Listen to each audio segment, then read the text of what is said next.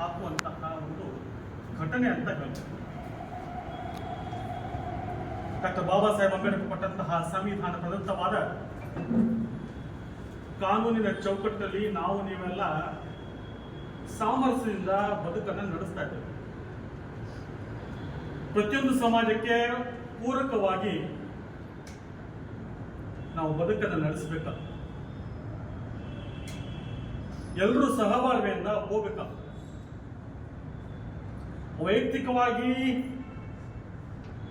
ಗ್ರಾಮ ಲೆಕ್ಕಾಧಿಕಾರಿ ಯುವರಾಜ್ ನಿಂಬರ್ಗಿ ಅವರದು ಮತ್ತು ರವಿ ಅವರದು ಯಾವುದೇ ಸಮಸ್ಯೆ ತಂಟೆ ಇರಬಹುದು, ಅದು ನಮಗೆ ಗೌನ. ವೈಯಕ್ತಿಕವಾಗಿ ಅವ್ರು ಬೈದಬಹುದು, ವೈಯಕ್ತಿಕವಾಗಿ ಅವ್ರು ಏನೋ ಮಾಡ್ಕೊಳ್ಳಿ, ಅದನ್ನ ಪ್ರಶ್ನೆ ಮಾಡೋದಿಲ್ಲ. ಆದರೆ ಪರಿಶಿಷ್ಟ ಜಾತಿ ಸಮಾಜ ಸೂಚಕವಾಗಿ ಶಬ್ದವನ್ನು ಬಳಸಿ ಇಡಿಯಾದ ಸಮಾಜಕ್ಕೆ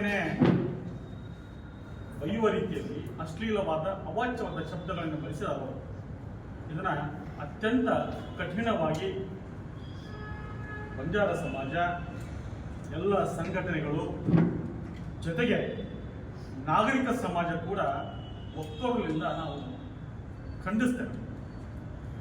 ಮಾಧ್ಯಮ ಮಿತ್ರರ ಮುಖೇನ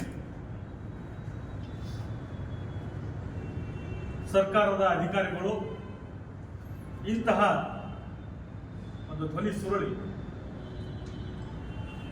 ಸಾಮಾಜಿಕ ಜಾಲತಾಣಗಳಲ್ಲಿ,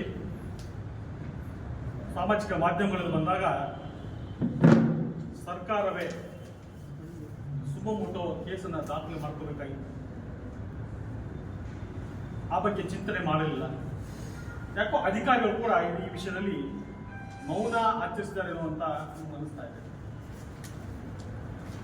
ಅವರ ಅಸಡ್ಡೆ ಭಾವನೆ ಕೂಡ ನಾವು ಖಂಡಿಸ್ತೇವೆ.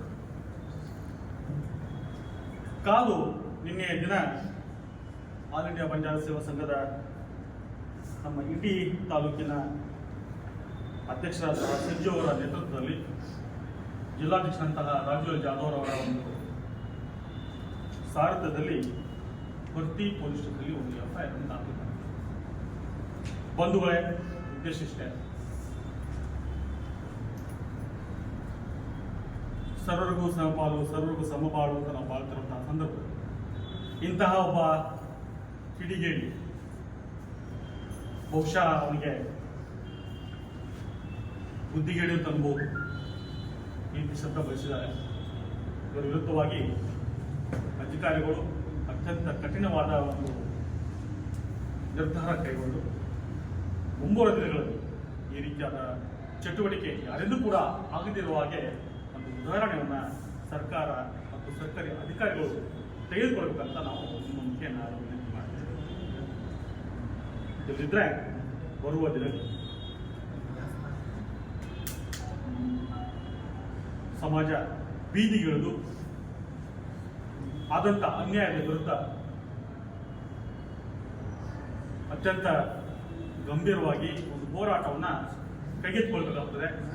ಹೀಗಾಗಿ ಸರ್ಕಾರಿ ಅಧಿಕಾರಿಗಳು ಎಚ್ಚೆತ್ತುಕೊಂಡು ಸರ್ಕಾರಿ ನೌಕರನಾಗಿ ತನ್ನ ಇತಿಮಿತಿಗಳನ್ನು ಮೀರಿ ಶಬ್ದದ ಬಳಕೆ ಮಾಡೋದ್ರಿಂದ ಅದನ್ನು ಖಂಡಿಸಿ ಕಾನೂನು ಚೌಕಟ್ಟಿನಲ್ಲಿ ಕ್ರಮ ಕೈಗೊಳ್ಳಬೇಕು ಮತ್ತು ಸಮಾಜಕ್ಕೆ ನ್ಯಾಯ ಕೊಡಬೇಕು. ಇಡಿಯಾದ ನಾಗರಿಕ ಸಮಾಜಕ್ಕೆ ಆದಂತಹ ಅಗೌರವಕ್ಕೆ ನ್ಯಾಯ ಕೊಡಬೇಕು ಅಂತ ತಮ್ಮ ಮುಖೇನ, ಮಾಧ್ಯಮ ಮಿತ್ರರ ಮುಖೇನ ನಾನು ಸರ್ಕಾರಿ ಅಧಿಕಾರಿಗಳಿಗೂ ಮತ್ತು ಸಮಾಜದ ಗಣ್ಯರಿಗೂ, ರಾಜಕೀಯ ಧುರೀಣರಿಗೂ ವಿನಂತಿಪೂರ್ವಕವಾಗಿ ನಾನು ಕೋರ್ಕೊಳ್ತೇನೆ, ಈಗಾಗಲೂ ಎಚ್ಚೆತ್ತುಕೊಂಡು ನ್ಯಾಯ ಒದಗಿಸಲಿ ಅಂತ ನನ್ನ ಒಂದು ಆಗ್ರಹ. ಎಲ್ಲರಿಗೂ ಧನ್ಯವಾದ.